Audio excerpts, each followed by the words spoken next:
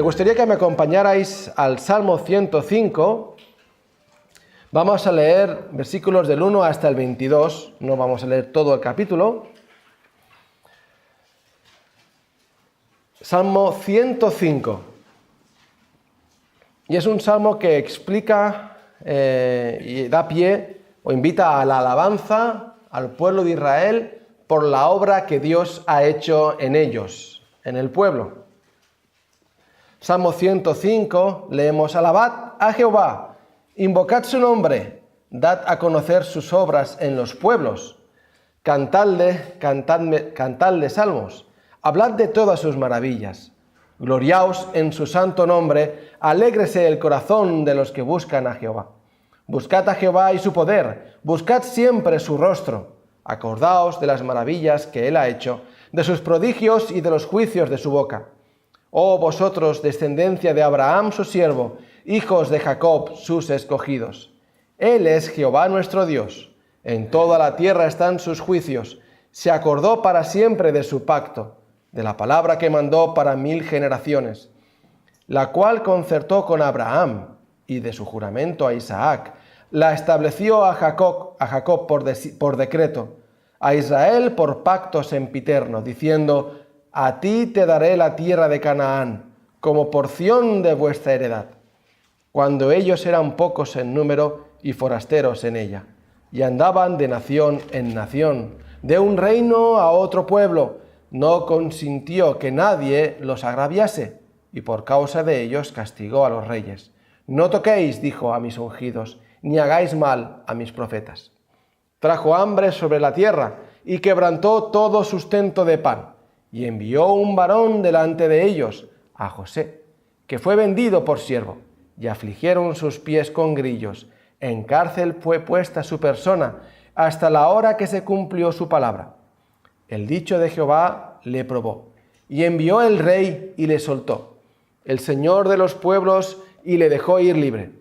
Lo puso por señor de su casa, y por gobernador de todas sus posesiones, para que reprimiera a sus grandes como él quisiese, y a sus ancianos enseñara sabiduría. Vamos a dejar aquí la palabra del Señor, este salmo precioso. Vamos a orar y vamos a encomendar ese tiempo al Señor en oración. Padre Celestial, te damos las gracias en esta mañana por tu palabra. Gracias, Señor, por cómo tú eres, por cómo tú nos hablas, Señor, por cómo tú nos guías. A ti te alabamos, Señor. Pedimos tu dirección ahora. En el nombre de Jesús. Amén. Pues recientemente hemos estado leyendo en casa la historia de José con los niños. Hemos estado leyendo el libro de Génesis y ya hemos llegado al final, empezamos el libro de Éxodo, pero una de las historias que más ocupa del libro de Génesis es la historia de José. Ocupa a partir del capítulo, ahora si no recuerdo mal, a partir del 37 hasta el final. Es un buen trozo del libro de Génesis, una buena parte. Es la historia más larga, o de la historia de los patriarcas, la más larga que se nos explica en la Biblia. Y esta es una de las historias que más lecciones podemos extraer. Es una historia de las que más sobresale del resto. Y la historia de José, el ejemplo de José, me acompañó durante gran parte de mi adolescencia, de mi juventud, por los retos que él nos ofrece, por las enseñanzas que de ella sacamos. Incluso en pleno siglo XXI, una historia de tantos siglos atrás todavía está vigente y nos enseña grandes verdades.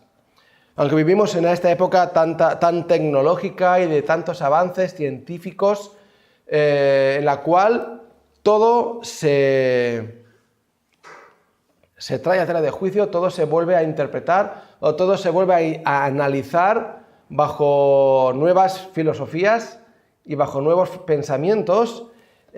Mucha gente, muchos llamados científicos, incluso muchos llamados teólogos, salen a la luz y escriben libros diciendo y enseñando, incluso en iglesias, que el libro de Génesis, el Antiguo Testamento, son muchas historias que se han ido adaptando a lo largo de los siglos, se han ido cambiando, se han ido transformando y no podemos leerlas y entenderlas al pie de la letra como fueron escritas, sino que son muchas adaptaciones, una evolución de muchas historias, y allí está.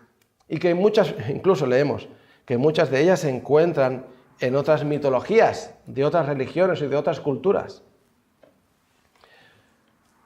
que hacen dudar, ¿verdad? Te hacen dudar, te hacen pensar diciendo, ¿estaremos leyendo realmente lo que sucedió? ¿Estaremos leyendo realmente la palabra de Dios? Hace poco o esta semana leí acerca de, hace unos años se descubrió en Egipto una estatua de un hombre, una estatua de unos 2 metros o algo así, de un personaje de Egipto que tenía toda la cara borrada, le habían quitado la cara y estaba como si fuera, dedujeron que era por la época de la construcción de la estatua, el lugar donde estaba, etcétera, dedujeron que era José, el personaje de José. Y bueno, a lo largo de los años salen muchas evidencias, siguen saliendo evidencias acerca de los acontecimientos que leemos en la palabra de Dios. Ahora, yo estoy seguro de que de esas evidencias que salen, para mí no son argumentos definitivos para creer lo que la palabra de Dios dice. Aunque no salgan, tenemos la certeza, la seguridad completa de que lo que dice la palabra de Dios es la verdad. Recuerdo hace tiempo que estábamos en una escuela dominical y nos estaban enseñando acerca de la ciudad de Nínive. La ciudad de Nínive, con lo grande que era, la capital del reino asirio, lo grande que era esa ciudad, que Noé tardó 3 días en cruzarla, una ciudad enorme. Dices, ¿cómo puede desaparecer? Pues cuando Alejandro Magno, pocos siglos después, pasó por allí, no estaban ni las ruinas de esa ciudad. Pasó por allí al lado y ni siquiera se paró allí porque ya no existía esa ciudad. Hasta el siglo XVIII y XIX que no se volvió a descubrir esa ciudad. Imaginaos la cantidad de siglos que estaba allí oculta esa ciudad después de las profecías que Dios mandó de que no quedaría piedra sobre piedra de esa gran ciudad. Así que aquí tenemos la palabra de Dios y en el Nuevo Testamento podemos leer en 1 de Pedro 1:19 que tenemos la palabra profética más segura, a la cual hacemos bien en estar sujetos. Y en 2 de Timoteo 3:16 también tenemos ese pasaje que dice que toda la Escritura es inspirada por Dios, toda ella, y es útil para enseñar, para redarguir, para instruir en justicia. ¿A fin de qué? A fin de que seamos plenamente preparados, capacitados para servir al Señor. Así que podemos ir con seguridad, podemos ir con certeza a la palabra de Dios, al libro del Génesis, el libro de la Biblia más atacado, el libro de Génesis, porque en él encontramos el origen del hombre, que Dios nos creó a su imagen y semejanza. En él encontramos el origen del pecado, que el hombre, Eva primeramente, comió de la fruta del árbol prohibido y se la dio también a Adán, y los dos comieron y allí entró el pecado en el mundo. Allí entró la muerte en el mundo. La muerte no es un proceso natural a causa de la evolución y que después de tantos millones y millones de años y de tantas muertes y muertes y muertes, el hombre ha llegado a ser lo que es hoy. No, la muerte entró porque el hombre pecó. Allí entró la muerte. Y también en Génesis encontramos el origen de la promesa de Dios de la redención del hombre. ¿Por qué Dios iba a redimir al hombre? ¿Por qué Dios iba a mandar un Salvador al mundo para que muriese por los pecados del hombre? Porque Dios fue quien creó al hombre, y Dios fue quien tenía comunión con el hombre, y Dios fue quien creó al hombre santo, y Dios fue el que por su gran amor decidió redimir a la humanidad, a su creación, no un producto de tantas coincidencias matemáticamente imposibles por el cual estamos aquí nosotros ahora, sino porque fue Dios el que creó y fue Dios el que rescató a su propia creación. Por eso somos su propiedad. Pero esta mañana quería hablar acerca de la vida de José. Y bajo esa confianza, bajo esa certeza que tenemos en la palabra de Dios, podemos leer en la Biblia la historia de este siervo de Dios, no pensando que es una historia bonita, como aquellos cuentos que se cuentan a los niños para que enseñen, con una enseñanza como esas fábulas, que de vez en cuando pues, puede leerse uno, de esos animalitos que tienen enseñanzas y principios morales o éticos para nosotros, sino vamos a la Biblia con la certeza de que es la palabra de Dios, de que es la verdad absoluta, la única verdad que hay en el mundo, y podemos extraer también, sí, grandes lecciones, pero sobre todo, y espero que podamos hacerlo al final de este mensaje, darle la gloria a Dios por la obra que Él hace, por la obra que Él hace. Y vamos a ver en esta mañana la vida de José, considerando 3 aspectos diferentes en su vida. Primeramente vamos a ver un aspecto moral en la vida de José, después veremos un aspecto social y después finalmente veremos, como no, un aspecto espiritual. Primeramente un aspecto moral. Aunque fue hace tantos siglos y en una cultura tan diferente a la nuestra, no creo que José naciera en una familia corriente. Ni siquiera corriente en esa época. Ni siquiera corriente en esa época. Si hacemos un poco del resumen de la familia de José, podemos encontrar muchos sucesos singulares. José es descendiente de Abraham. Abraham fue su bisabuelo y fue el que salió por el llamado de Dios de la tierra de Ur de los Caldeos, y Dios le prometió una descendencia. Dios le prometió una tierra, la cual heredaría su descendencia. Y la vida de Abraham es apasionante. Es una vida increíble, digna, obviamente, de estudio, que quizás podíamos hacerlo en otra ocasión. Pero Abraham llegó a ser un hombre muy rico y un hombre de renombre. Un hombre de renombre, un hombre reconocido. Allí donde estuvo con los filisteos, con los egipcios, ellos lo reconocieron como un príncipe. Le dieron honores, lo reconocieron como si fuese una persona importante entre ellos. Abraham fue llamado el amigo de Dios. Menudo sobrenombre que pudo tener Abraham. Uno de los grandes hombres de fe del Antiguo Testamento. De Abraham después pasamos a Isaac, su abuelo, el abuelo de José. Un hombre mucho más tranquilo y pacífico, un hombre que quizás no conocemos tanto en la Biblia, así que vemos que cavó muchos pozos. Y el hombre, pues allí donde estaba, cavaba un pozo y él siguió la fe de su padre Abraham. Obviamente fue un hombre seguramente marcado por aquel sacrificio que Dios le mandó hacer a Abraham, en el cual él fue con su padre y él era el sacrificio. Y padre, ¿dónde está el cordero para el holocausto? Y Abraham le enseñó, Dios proveerá. Dios proveerá. Y esa enseñanza seguramente se le quedó marcada a su hijo, Isaac. Y después de Isaac pasamos a Jacob.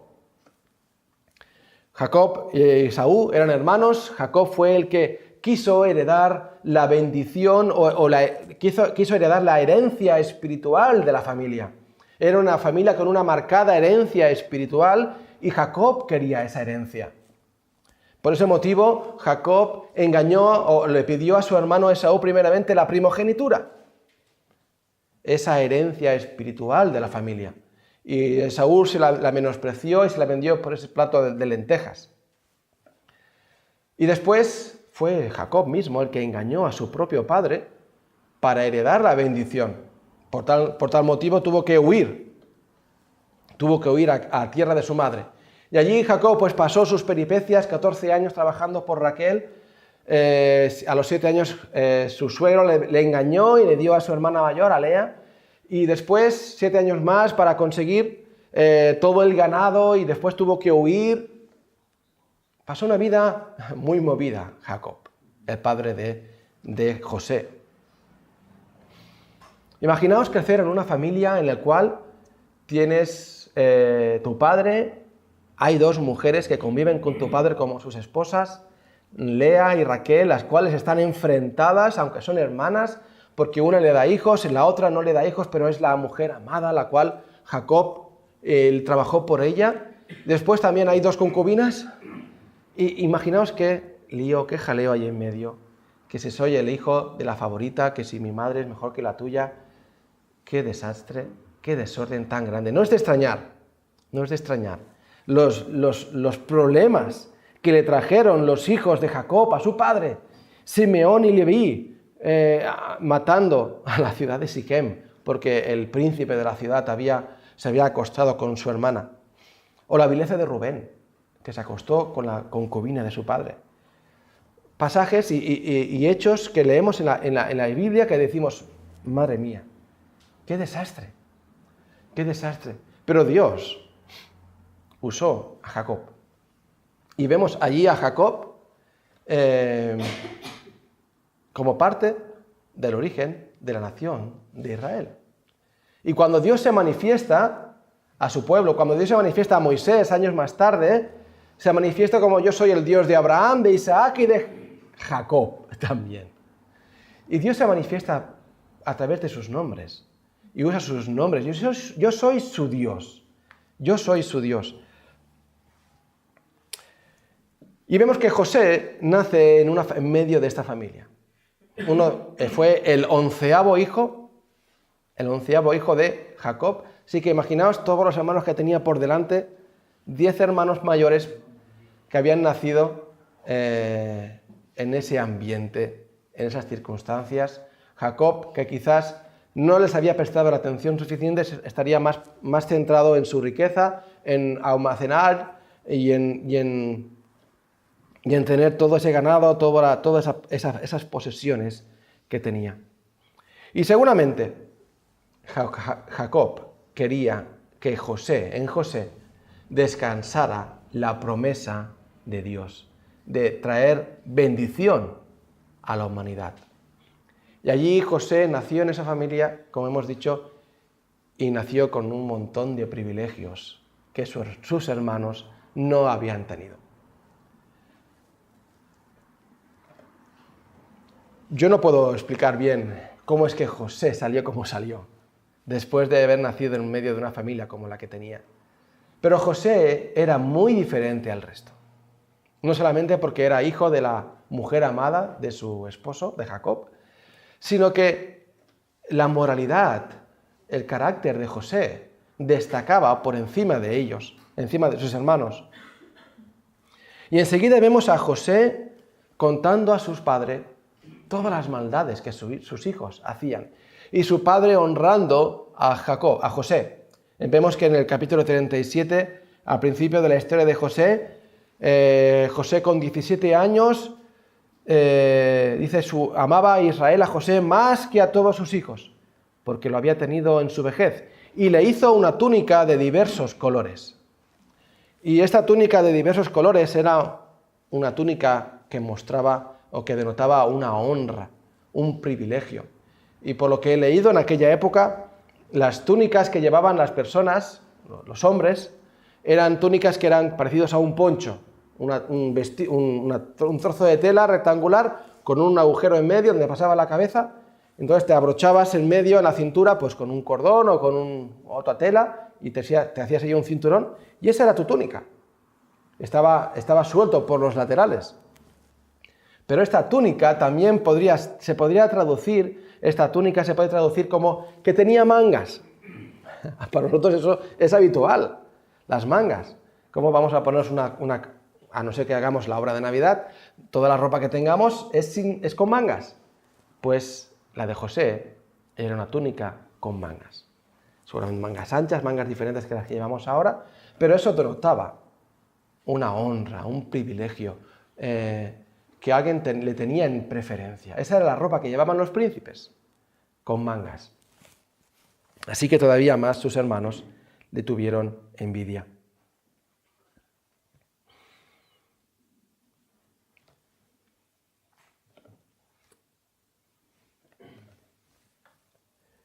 El carácter de José destacaba por encima del de sus hermanos.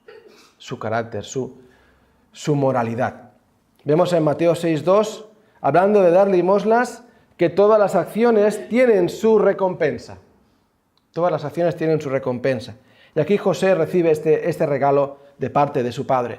También en Proverbios 13:13 dice que el que teme el mandamiento será recompensado. Proverbios 14:30 se nos dice que el que tarda en airarse es grande de entendimiento. Y en Proverbios 20:11 se nos dice que aún el muchacho es conocido por sus hechos si su conducta fuere limpia y recta.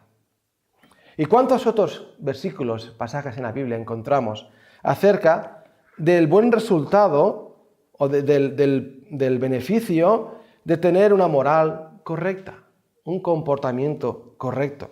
Y esa moralidad le siguió toda su vida y le ayudó a distinguir lo que estaba bien de lo que estaba mal. José no se juntó con sus hermanos para seguir haciendo sus fechorías o para seguir haciendo el estilo de vida que tenían.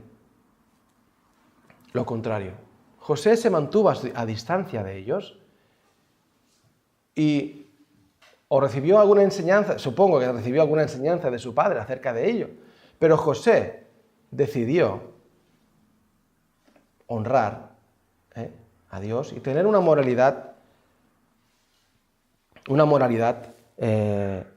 alta, que podríamos llamarle de esta forma. Después, años más tarde también, su moralidad le ayudó cuando estuvo enfrente de la esposa de Potifar. Cuando estuvo en esa prueba, que estaba él solo en casa, nadie se hubiera enterado. Esas quizás son las pruebas más difíciles, ¿verdad? Cuando estamos solos y nadie va a enterarse. Estamos seguros de que nadie va a enterarse. Pero su moralidad le ayudó y tomó una buena decisión. No aprovechar la ocasión y acostarse con la mujer de su jefe. Cuando todo parece ser que podía decir, no pasa nada, nadie se va a enterar. Hubiera sido algo desastroso para su vida, porque os acordáis la historia de Moisés, cuando él mató al egipcio que estaba golpeando a un israelita, él se aseguró de que nadie lo miraba antes de hacerlo. Pero alguien lo vio, justamente el que se encontró después maltratando a otro hermano. ¿Qué? ¿Me matarás tú a mí como mataste al egipcio? Y dice, madre mía, ¿cómo se ha enterado? El pecado no se puede mantener oculto mucho tiempo. Si dejamos que sea la moralidad la que gobierne nuestras vidas, quizás podremos evitar errores y podremos evitar situaciones difíciles. Y dependiendo de nuestra altura, de nuestras normas morales, podemos encontrarnos con otros problemas ocasionados por aquellos que no tienen nuestro estándar moral. Sus hermanos le odiaban por ello. Y su moralidad no le ayudó a librarse de la ira de sus hermanos. Ni tampoco le ayudó después, más tarde, a librarse de la ira de Potifar, cuando su mujer le mintió y le engañó y le dijo lo que no había sucedido. Si solo nos esforzamos en tener una alta moral o pensamos que nuestra moral ya es suficiente, podemos acabar como el predicador en el libro de Eclesiastés, hastiado de todo sin encontrar placer en nada. Ya que las palabras de los sabios son como aguijones y como clavos hincados son las de los maestros de las congregaciones dadas por un pastor. Si solamente hablamos de moralidad, de lo que está bien y lo que está mal. ¿Y bajo qué prisma miramos esto? ¿Bajo qué regla de medimos mi moralidad, tu moralidad? ¿Cuál de las dos es la mejor? ¿Es la más apropiada? ¿Es la más correcta? Si hablamos solamente de moralidad, de lo que está bien y lo que está mal. José era un buen hijo, todo el mundo podría decir eso. Pero ¿de qué sirve solamente ser un buen hijo? Pasamos al aspecto social. Aparte con su padre, no encontramos a José teniendo una buena relación con nadie.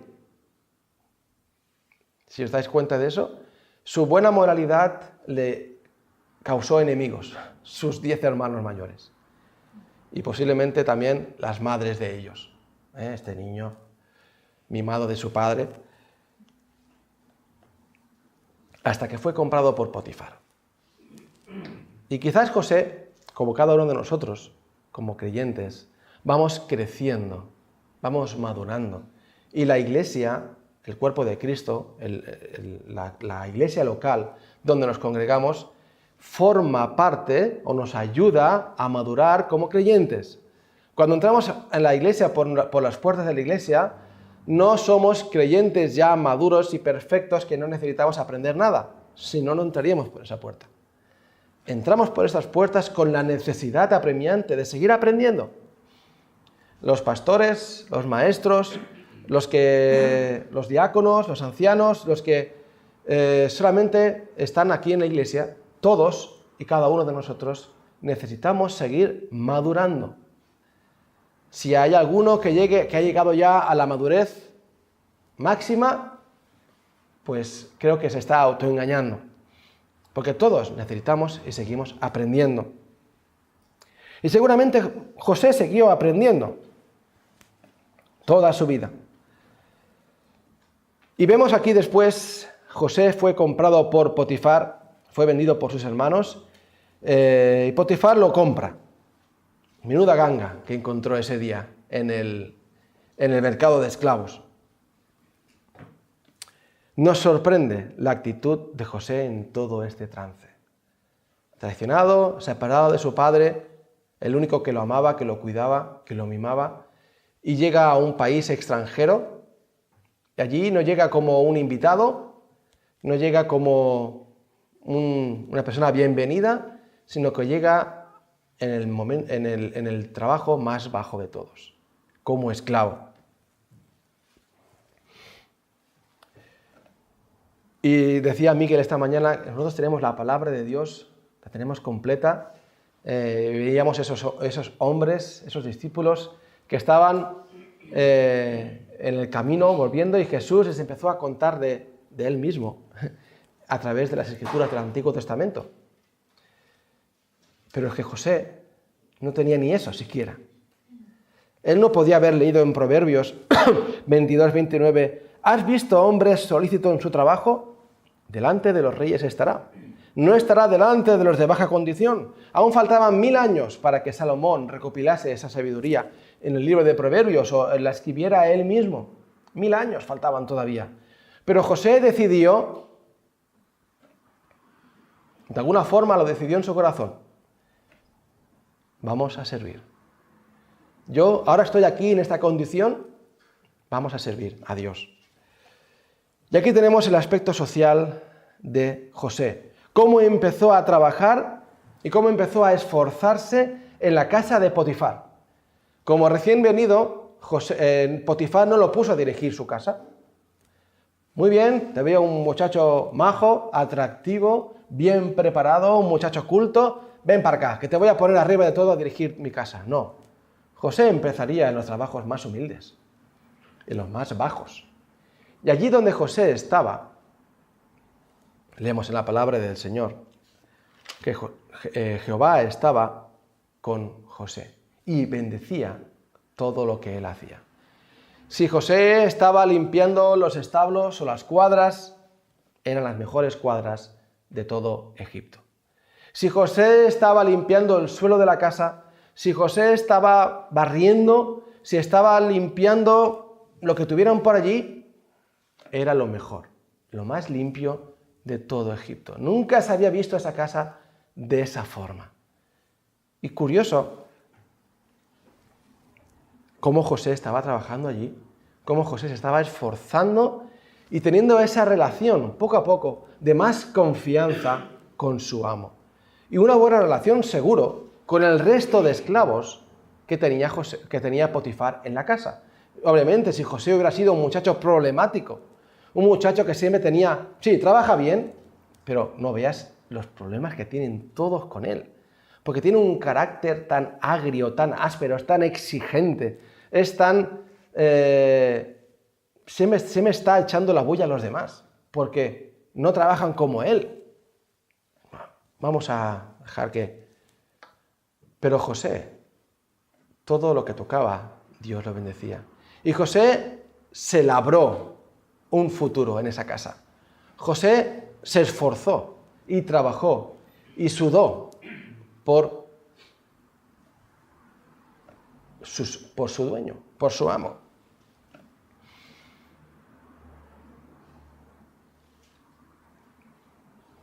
Dice Proverbios 10:4, la mano de los diligentes enriquece.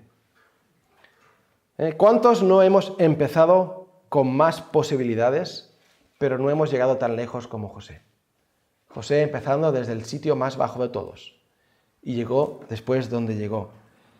Proverbios 13:4, el alma del perezoso desea y nada alcanza, mas el alma de los diligentes será prosperada. Y José no sabía ninguno de estos versículos. José no podía estar acostado en su cama por las noches e intentar recordar aquello que su padre le leía de la palabra de Dios. No existía. Todavía no se había escrito. Proverbios 21:5, los pensamientos del diligente ciertamente tienden a la abundancia. Y todos estos proverbios son muy prácticos para nosotros. Y ciertamente nos traen beneficios. Si yo en mi trabajo me esfuerzo y soy amable con mis compañeros, hago bien mi trabajo y un poco más, pues eso no queda en saco roto. Tanto en el trabajo como en los estudios, como en cualquier área en la que nos desarrollemos. Y para ser esto no hace falta ser cristiano. ¿Tú quieres triunfar en la vida? Esfuérzate. Esfuérzate. Trabaja duro. Es un resultado. Lo que el hombre sembrare, eso también segará. Y es algo práctico, es una verdad universal.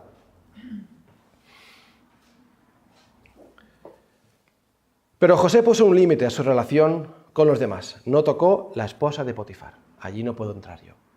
Ese fue su límite. Incluso después acabó en la cárcel.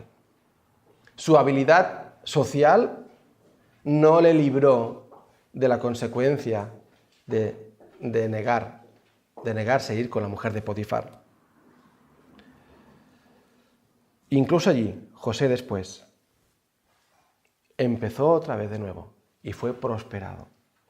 Llegó como un prisionero más y acabó que era el encargado de la prisión. No era el carcelero, obviamente, pero era el que se encargaba del cuidado del resto de los presos. El carcelero se dio cuenta, este muchacho es diferente al resto. Vamos a aprovecharlo. Y seguramente José recibió algún beneficio por ello, una higiene, una cierta comida, cualquier cosa, que era el resultado lógico, aunque no pudo salir de la cárcel, obviamente. Incluso en la cárcel, pues tuvo la habilidad y los presos le vieron como una persona de confianza. Y el copero y el panadero le explicaron sus sueños, sus respectivos sueños. Tuvieron la confianza de explicárselo a José. Este muchacho, pues es un buen muchacho, está aquí injustamente. Reconocemos que podemos ser amigos de él. Reconocemos que él nos puede ayudar. Y José desarrolló en todos esos años en Egipto una habilidad social que quizás carecía antes de estar en casa de su padre. Él llegó a Egipto con unos 17 años y estuvo hasta los 30 años antes de presentarse delante de Faraón. Pero todo así, y su habilidad social, José fue olvidado de nuevo en la cárcel, cuando el jefe de los coperos fue restablecido en su puesto. Y todo el bien que él hizo, toda la moralidad que él tenía, quedó allí olvidada en la cárcel. Y pasamos al tercer aspecto, el aspecto espiritual. No se puede explicar la historia de José y ciertamente he tenido que hablar de ello a medida que hemos estado hablando, porque no se puede apartar ninguno de esos aspectos de lo importante, del aspecto más importante de la vida de José, que era su aspecto espiritual. Su relación espiritual con Dios. Si solamente nuestra vida está basada en el aspecto moral, en cumplir normas, sujetarnos a leyes, aparentar o ser buenas personas para no hacer daño a nadie, eso tiene un límite. No es eficaz al 100%. Porque como ya hemos dicho, vendrá alguien que tendrá una moralidad más alta que la nuestra. Y entonces, todo lo buenas personas que nos pensábamos que éramos, se viene abajo. Porque aparece una persona de no sé dónde y oye, todo el mundo la mira a ella, porque es un ejemplo para todos. ¿Y bajo qué autoridad o bajo qué moralidad nos juzgamos? Incluso el aspecto social. Una persona que conoce de verdad aquellas personas que cuando entran en un lugar, en una sala, pues llaman la atención por su porte, por su habilidad de hablar con unos con otros. Yo soy una persona que me cuesta mucho hablar, y si no hablamos del tiempo ya no sé de qué hablar. No sé. A no ser que haya más confianza o haya una relación de más años. Entonces sí, es más normal. Pero hay personas más tímidas, hay personas más extrovertidas, hay personas en las que si vas a comer a algún sitio, pues con los compañeros, intenta sentarte cerca, porque sabes que allí habrá alguna conversación interesante. Y cerca de otro no, porque sabes que esté más callado que tú todavía. Entonces, pues se va a ser un desastre. Pero hay personas así, que entran en un lugar y enseguida hablan y te hablan y te sacan temas y dices, onda, sí que puedo aprender de esta persona. Y José seguramente sería una persona así. Pero llega un momento en la vida que eso tampoco te ayuda. Que llega un problema, una circunstancia en tu vida, y eso no es la solución.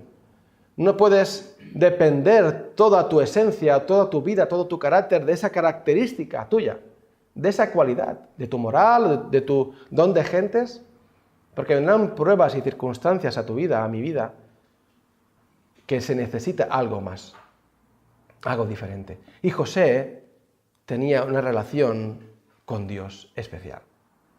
Y a través de todas las circunstancias que José vivió y atravesó, lo que sujetó su vida, lo que sostuvo su vida, no fue sus habilidades sociales, ni culturales, ni de otro tipo, sino que fue su carácter, fue su comunión con Dios. No se puede explicar de otra forma.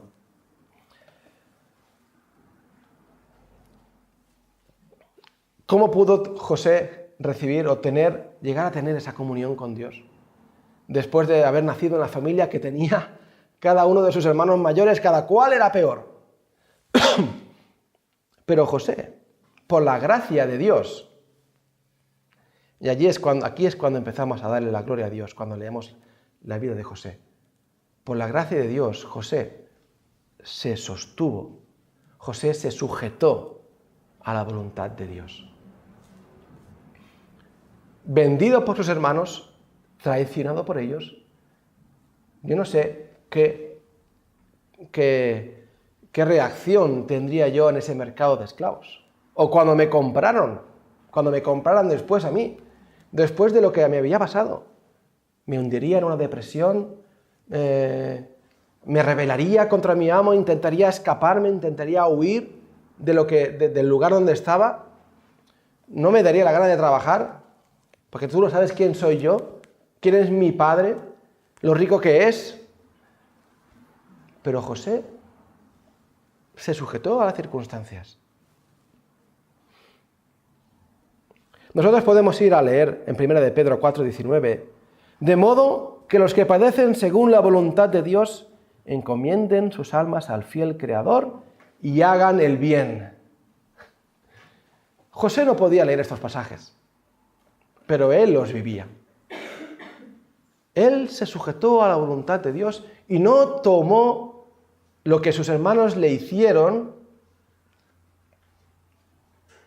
como que estaban haciendo terrible pecado, y lo estaban haciendo, sino que lo tomó como parte de la voluntad de Dios para su vida. Imaginaos un muchacho de 17 años teniendo ese conocimiento y asimilando esa verdad de Dios. Es por la gracia de Dios que Dios usó a este muchacho.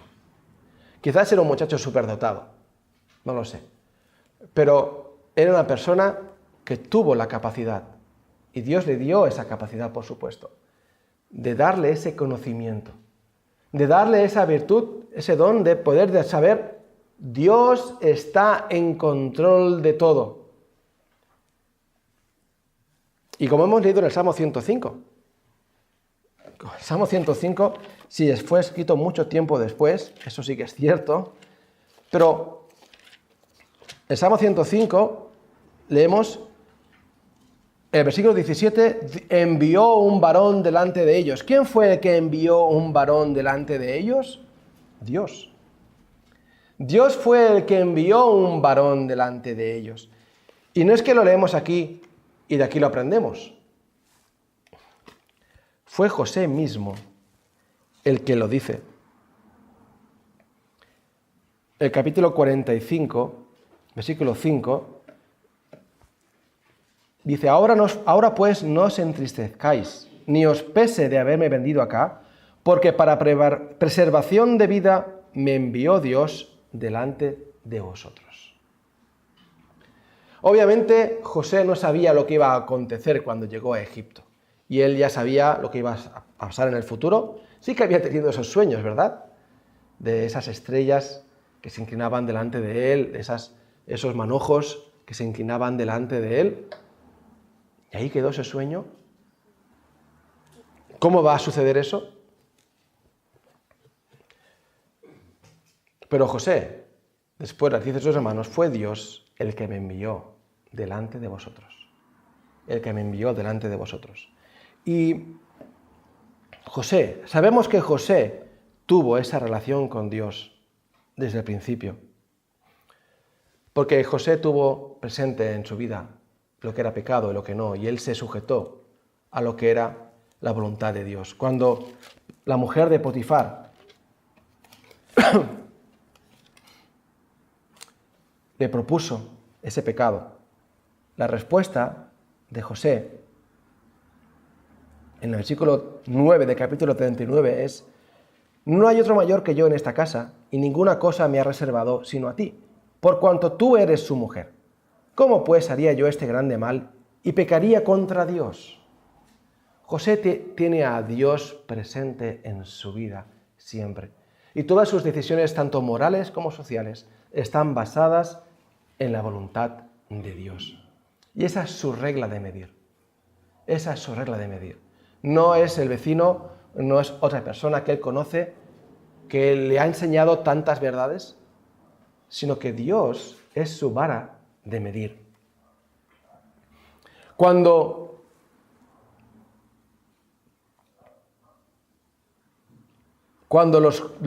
el copero y el panadero le explican o le quieren preguntar a José acerca de sus sueños, es José el que les dice: ¿no son de Dios las interpretaciones? Contádmelo ahora. José tenía presente a Dios en su vida todo el tiempo, incluso cuando Faraón le dice, le pide, interprétame este sueño. José podía haber bien pensado, ahora es la mía.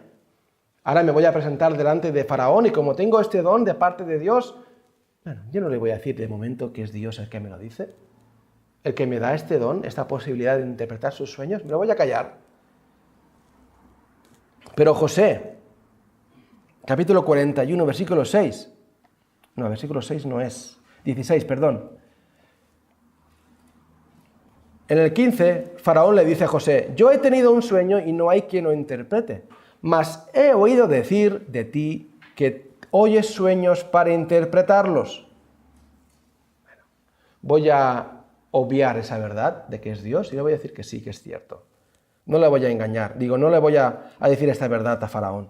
Le voy a dejar que lo crea. Pero José rápidamente responde a Faraón diciendo: no está en mí. No está en mí. Dios es el que dé. No está en mí. Dios será el que dé respuesta propicia a Faraón.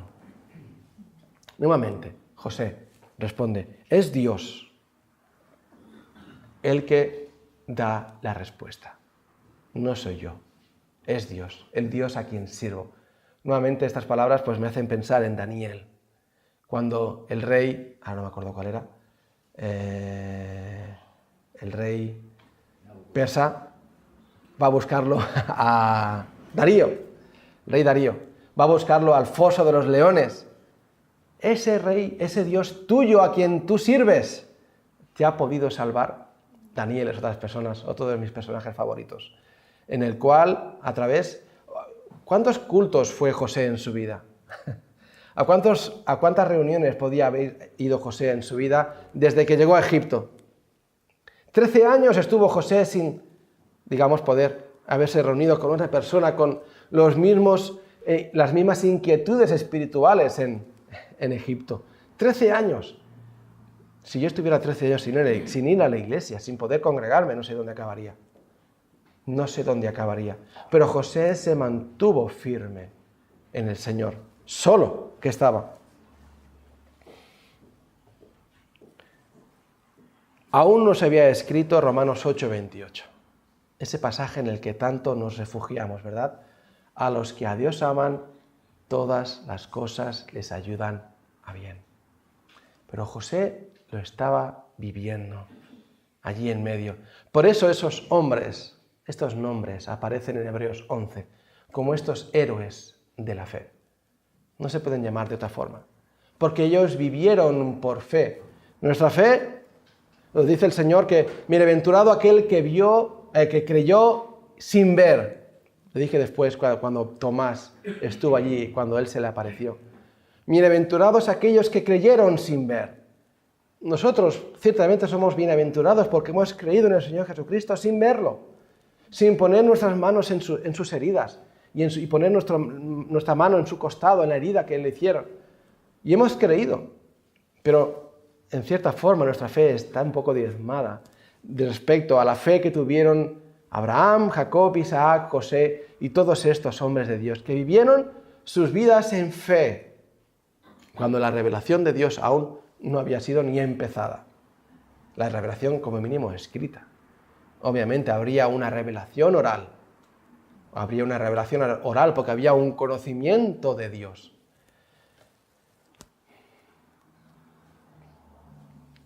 ¿Cómo José pudo perdonar a sus hermanos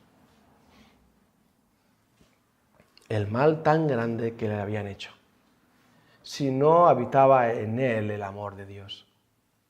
¿Cómo José pudo haber hecho eso? Lo más normal es, bueno, sí, vosotros pensasteis mal contra mí, pero Dios lo devolvió en bien. Ahora, no esperéis mucho de mí, ¿eh? Os perdono la vida porque sois hermanos de mi padre y porque no tengo que mataros porque sois mis hermanos.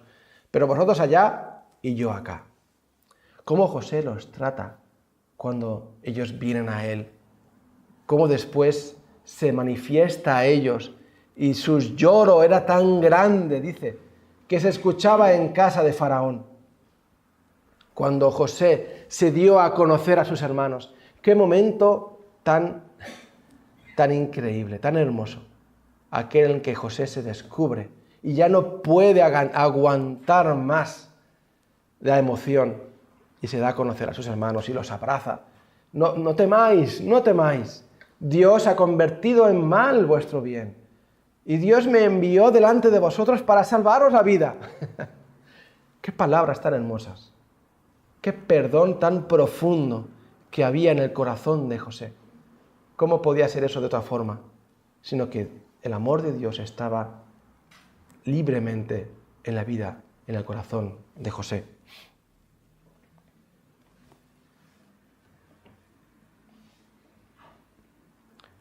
José no simplemente se contentó en sobrevivir a las circunstancias que le tocaron vivir.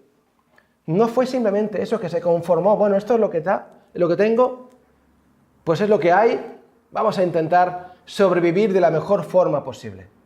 Hay el dicho ese, ¿verdad?, de que si la vida te da limones, haz limonada. Pero te faltará un poco de azúcar, ¿no?, para que sea dulce. José no se contentó solamente con eso. José se esforzó toda su vida en servir a Dios. Ese fue su lema en su vida. Yo voy a servir al Dios de mis padres, al Dios de mi padre Jacob, al Dios de mi padre Isaac, al Dios de mi padre Abraham. Yo voy a esforzarme en ello. Como el pasaje que hemos leído en 1 de Pedro 1:9. Tengo más para arriba, así que lo voy a buscar. No era este, era, si no recuerdo mal, 4:19. 4:19. 1 de Pedro 4:19. El cual también fue y predicó.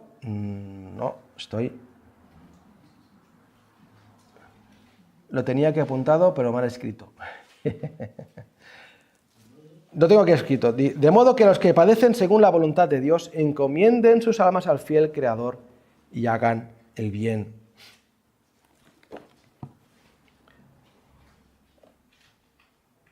Y José vivió toda su vida esforzándose en servir a Dios. Y naturalmente, en José encontramos un tipo de Cristo. En José encontramos un tipo de Cristo. Nos lleva a pensar en la persona de José a la persona de nuestro Salvador. Tal fue su vida. José fue un niño que nació de un milagro de Dios. Su madre, Raquel, era estéril y no podía tener hijos, pero lo pidieron a Dios y Dios lo concedió. Hizo un milagro en ella. Al igual que Jesús, que nació de una virgen de forma milagrosa. José fue amado de su padre. Era el amado de su padre. Y fue enviado a sus hermanos. José era odiado por sus hermanos, igual que Jesús también fue odiado por sus hermanos. Le tenían envidia. José fue vendido por dinero, también por sus propios hermanos. Fue traicionado, igual que el Señor Jesucristo. José fue dado por muerto. Una bestia lo habrá matado, lo habrá despedazado. Igual que Jesús, fue dado por muerto. Pero, igual que Jesús resucitó de los muertos y trae salvación a todo aquel que cree en Él, la traición que sufrió José produjo salvación a su propio pueblo. Años más tarde, sus hermanos venían a Egipto a buscar comida porque era grande el hambre en la tierra. El perdón de José. Terrible, terrible ejemplo. El perdón de José. El perdón que recibimos del Señor Jesucristo cuando venimos a Él. Aún es mucho mejor que eso. Después, la autoridad de José. En unos capítulos más adelante, cuando después es honrado por Faraón y viene el hambre, la comida, hay comida, pero la gente se queda sin dinero, se queda después, José dice, bueno, ya no tenéis dinero, pues dadme vuestro ganado. Y le venden todo el ganado a José por comida. Y después se venden ellos mismos y sus tierras por la comida. Como mínimo viviremos. Y José les impone un precio después, un impuesto. La quinta parte daréis a Faraón y el resto será para vosotros y para que sobreviváis en la tierra. Y de esa forma compra todo Egipto, excepto la tierra de los sacerdotes, para Faraón. Imaginaos lo contento que estaría Faraón con este muchacho. Menos mal, ha sido un chollo este hombre. Nos salva de morir de hambre y encima me hace el hombre más poderoso y asegura mi trono en Egipto. De la misma forma, Dios es nuestro dueño. Somos propiedad suya, hemos sido comprados por precio. Somos suyos. Y finalmente, José cuando muere, hace prometer a su descendencia, al pueblo de Israel, que les dice, Dios ciertamente os visitará y os hará salir de aquí a la tierra de Canaán. No dejéis mis huesos aquí, en este lugar, en esta tierra. Llevadlos con vosotros. Y leemos en el libro de Éxodo, cuando salen de Egipto, que se llevan el féretro de José para enterrarlo en la tierra prometida. la promesa de la redención a una nueva tierra. Ahí está José. Al igual que la promesa que tenemos, que el Señor nos dejó por medio de esos ángeles, a este mismo Jesús, que ha sido ascendido de vosotros al cielo, así vendrá otra vez a vosotros. Y en Juan 14, la promesa misma del Señor Jesucristo: no se turbe vuestro corazón, creéis en Dios, creed también en mí. En la casa de mi Padre muchas moradas hay. Si así no fuera, yo os lo hubiera dicho. Voy pues a preparar lugar para vosotros. Y si me fuere y os prepararé lugar, vendré otra vez y os tomaré. Y tenemos esa promesa de parte del Señor. ¿Qué aprendemos de todo esto? Damos muchas gracias a Dios por la historia de José y por ver cómo Dios tiene el control, como hemos leído en el Salmo 105. Dios tiene el control de todas las cosas. Y José fue un enviado de Dios. Fue un enviado de Dios para salvar al pueblo. Para salvar al pueblo. ¿No podía haber sucedido eso de otra forma? ¿No podía haber sucedido eso de una forma menos dolorosa para José? Bueno, no lo sabemos. Pero Dios así lo permitió y Dios así lo usó. Y fijaos que en todo el proceso de José, cuanto más bajo caía, más cerca estaba de Faraón. José tuvo que ser vendido para llegar a Egipto. Tuvo que acabar en la prisión injustamente para conocer al copero y al panadero, y en el peor momento, ahí olvidado, en el momento de menos esperanza de todas, cuando después de, por fin he conocido a alguien que puede tener un contacto que me puede sacar de aquí, porque José les manda un mensaje al copero: háblale a Faraón de mí y dile que estoy aquí injustamente por partida doble, vendido por mis hermanos y después engañado, o sea, echado aquí por una mentira. Y es olvidado. Pero justo cuando, como dice ese himno, en el momento en el que menos pensamos, en ese momento es en el que Dios obra. Y José es alzado, es levantado y es puesto al lado de Faraón. ¿Qué giros? ¿Qué giros da la historia? Pero es que Dios tiene el control. Y seguramente Dios trabajó en el carácter de José en todo ese tiempo. Y José estaba preparado en ese momento para hacer la obra de Dios, de salvar no solamente a Egipto, sino principalmente salvar a su propio pueblo. En el capítulo 50 también, el versículo 19 y 20 del libro de Génesis, cuando ya su padre Jacob es muerto,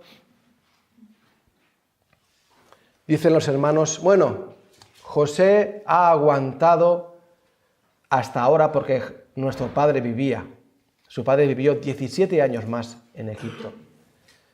Ha aguantado hasta que nuestro padre ha muerto. Ahora que ha muerto nuestro padre, pues al igual que Esaú pensó, mataré a Jacob.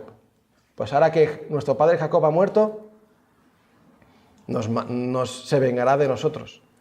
Pero nuevamente José les dice en el versículo 19: no temáis, ¿acaso estoy yo en lugar de Dios? ¿Acaso estoy yo en lugar de Dios? Vosotros pensasteis mal contra mí, mas Dios lo encaminó a bien, para hacer lo que vemos hoy, para mantener en vida a mucho pueblo. Ahora pues no tengáis miedo, yo os sustentaré a vosotros y a vuestros hijos. Así los consoló y les habló al corazón. José tenía sus ojos bien puestos en Dios. Y cuando nosotros tenemos bien puestos nuestros ojos en Dios, lo que sucede a nuestro alrededor es lo de menos. Nos afecta, obviamente, y como Pablo dice, si nos enfermamos, no nos duele, o padecemos las mismas cosas y sufrimos las mismas cosas que el resto. Pero nuestra misión aquí, nuestro objetivo aquí en la tierra no es disfrutar al máximo de todos los placeres que podemos tener. nuestro objetivo aquí en la tierra es dar la gloria a Dios.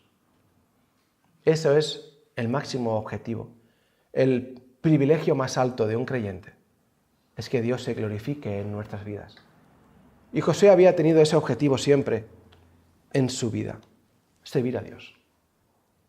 Ahora estoy aquí en la cárcel, ahora soy esclavo, pues voy a seguir a Dios aquí. Es lo que Dios me ha puesto, lo voy a hacer para su gloria.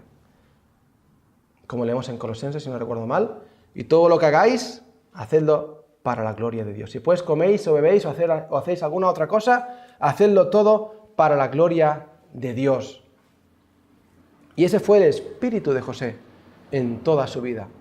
Y reconoció la mano de Dios en cada momento de su vida. En cada momento de su vida.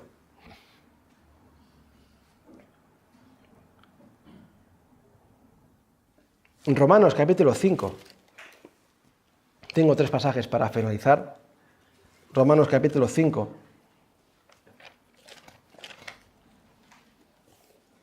Del 3 al 5 dice, y no solo esto, sino que también nos gloriamos en las tribulaciones, sabiendo que la tribulación produce paciencia, y la paciencia prueba, y la prueba esperanza, y la esperanza no avergüenza, porque el amor de Dios ha sido derramado en nuestros corazones por el Espíritu Santo que nos fue dado.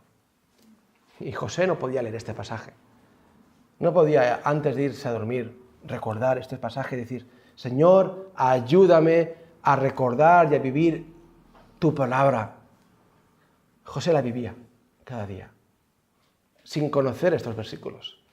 Nosotros tenemos que esforzarnos a ir a estos pasajes y decir, gloriarnos en las tribulaciones, porque eso tiene un fruto, tiene un resultado. En Santiago también, capítulo 1.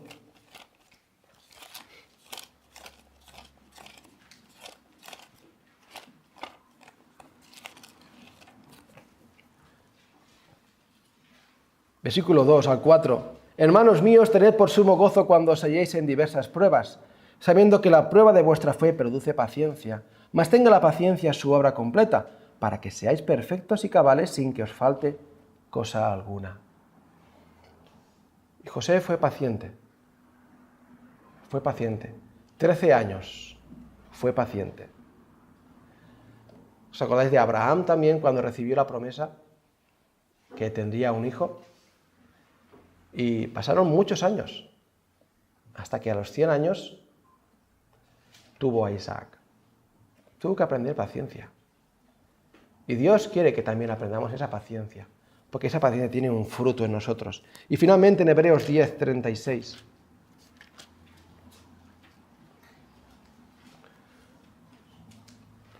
Porque os es necesaria la paciencia para que, habiendo hecho la voluntad de Dios, obtengáis la promesa.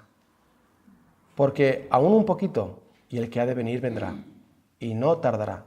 Mas el justo vivirá por fe. Y si retrocediere, no agradará a mi alma. Pero nosotros no somos de los que retroceden para perdición, sino de los que tienen fe para preservación del alma. Y a partir de aquí, el escritor de Hebreos nos empieza a hablar de todas estas personas, de todos estos héroes de la antigüedad, que vivieron su vida por fe. Pusieron su vista no en las circunstancias que lo rodeaban, sino en Dios. Y le dieron la gloria a Dios en cada acción en su vida. Este es nuestro objetivo en la tierra. Pues que estas historias, y cuando digo historias no son cuentos, sino estas vidas de estos hombres, cuando las leamos, nos lleven a darle la gloria a Dios.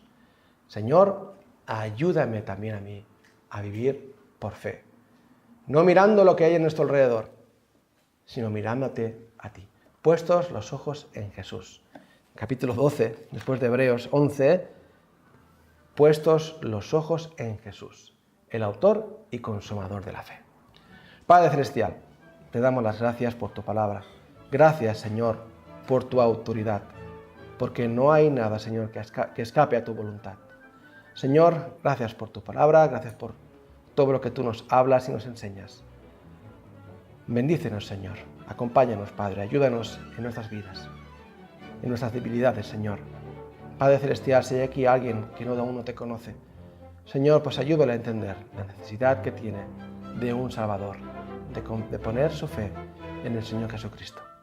Señor, a los que ya hemos creído, ayúdanos a andar rectamente, dándote toda la gloria y toda la honra a ti.